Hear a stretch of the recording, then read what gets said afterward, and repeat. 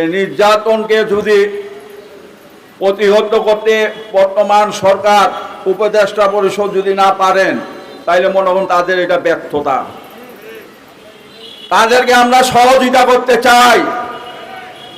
প্রধান উপদেষ্টাকে বলবো, আপনাকে আমরা পূর্ণাঙ্গ সহযোগিতা করব। যদি আপনার স্বেচ্ছাসেবক চান তাই আমরা দিব, কিন্তু দেশ ঠিক করতে হবে।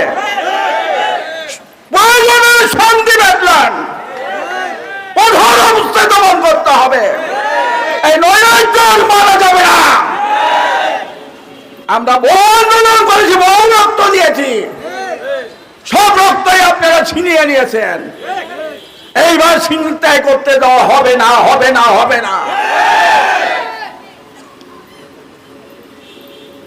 আপনি সংশোধন করার জন্য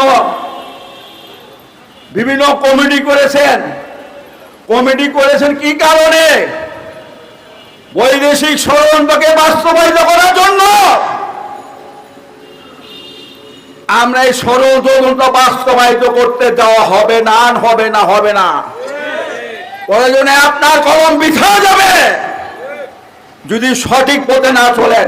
আর সঠিক পথে চলার জন্য যা যা করণীয় দরকার, যা যা আমাদেরকে শেখাইবেন তাই আমরা আপনাদেরকে দিব।